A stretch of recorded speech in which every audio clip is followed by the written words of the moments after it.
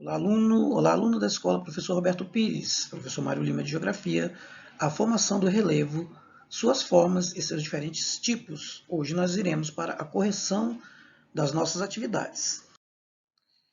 Atividade 9.1.2, correção.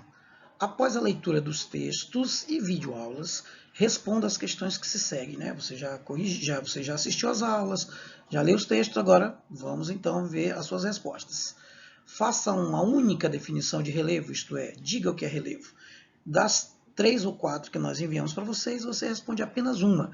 Simplesinho assim, ó. O que é relevo? Relevo são as diversas formas da crosta terrestre. As diversas formas da crosta terrestre. É uma definição bem rápida do que é relevo. Questão número 2. Quais são os dois tipos de forças que formam os relevos na crosta terrestre?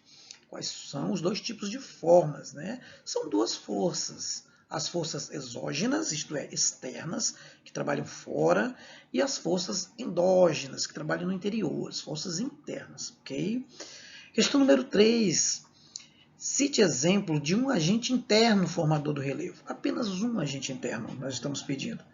Vamos dar o vulcanismo. O vulcanismo ficou bem claro lá, como ele atua e como ele ajuda a formar esse relevo. Então, o vulcanismo fica como um exemplo de agente interno formador do relevo. Nossa questão número 4, aponte 5 agentes externos, agora, exógenos, formadores do relevo. Vamos lá, então? Vamos apontar rios, chuvas, o mar, o vento e o gelo, né? 5 exemplos aí de agentes externos formadores do relevo. Agora, nossa questão número 5, abaixo, nomeie o agente que atua nas imagens e diga se ele é endógeno ou exógeno. Bem, nós estamos vendo aqui, na nossa imagem número 1, o vulcanismo. O vulcanismo age de dentro para fora da Terra, isto é, do interior para o exterior dela. Então, o vulcanismo é um agente endógeno, formador do relevo. A nossa imagem número 2, temos aqui terremoto e vulcanismo. Essas respostas aqui somos nós que estamos dando, o espaço estava em branco para você. Então nós temos aqui o terremoto, uma imagem do efeito de um terremoto e a imagem do efeito de um momento da atividade vulcânica. Atividade vulcânica e terremoto também são agentes endógenos, isto é, agem do interior para o exterior da Terra. Nossa imagem número 3, nós estamos vendo aqui a ação destrutiva do vento, que também é um agente formador do relevo, só que o vento age na superfície da Terra, então é um agente exógeno, isto é, agente externo. Aqui nós estamos vendo uma rocha toda desgastada pelo intemperismo. O intemperismo também é um agente exógeno, isto é, externo, que age na superfície da Terra. Então, é a ação destrutiva da Terra, é a ação destrutiva do vento na questão número 3, e intemperismo na questão número 4 são agentes exógenos, tá? De formação do relevo. Nós temos aqui na nossa questão número 5, a ação destrutiva do gelo, e na questão número 6, as águas do mar. Tanto a ação destrutiva do gelo nas rochas e nos solos, como a ação destrutiva da água nos rochedos, são agentes exógenos também que atuam no exterior da crosta terrestre, contribuindo para a formação do relevo. Vamos finalizar então. Questão número 6, como podemos classificar os vulcões? Vimos lá que os vulcões eles podem ser classificados como inativos, aliás, ativos, inativos e extintos. Os ativos são aqueles que estão em plena ação, em plena erupção. Os inativos são aqueles que estão adormecidos, mas que podem voltar a ser ativos a qualquer momento. E os extintos são aqueles que não vão apresentar nunca mais nenhum tipo de atividade.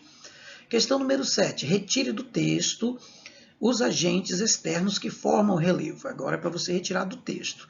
Lá no texto temos rios, chuvas, mar, ventos, meteorização e erosão. Então você retirou de lá, trouxe para cá, parabéns para você.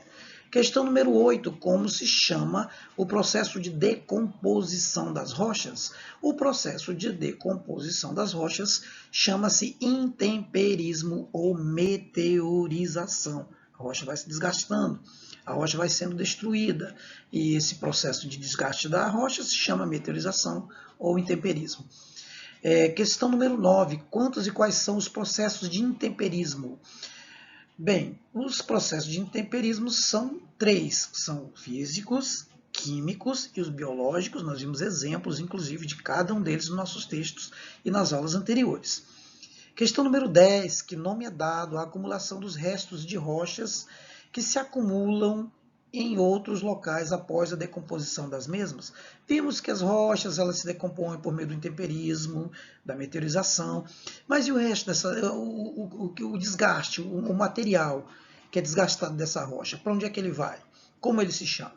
A resposta chama-se sedimentação. Todo o resto do material desgastado que é depositado em outro local e se acomoda ali, aquele local é chamado de decomposição, e já vamos ficar sabendo que aquelas decomposições são restos de rochas desgastadas pelo intemperismo ou pela meteorização.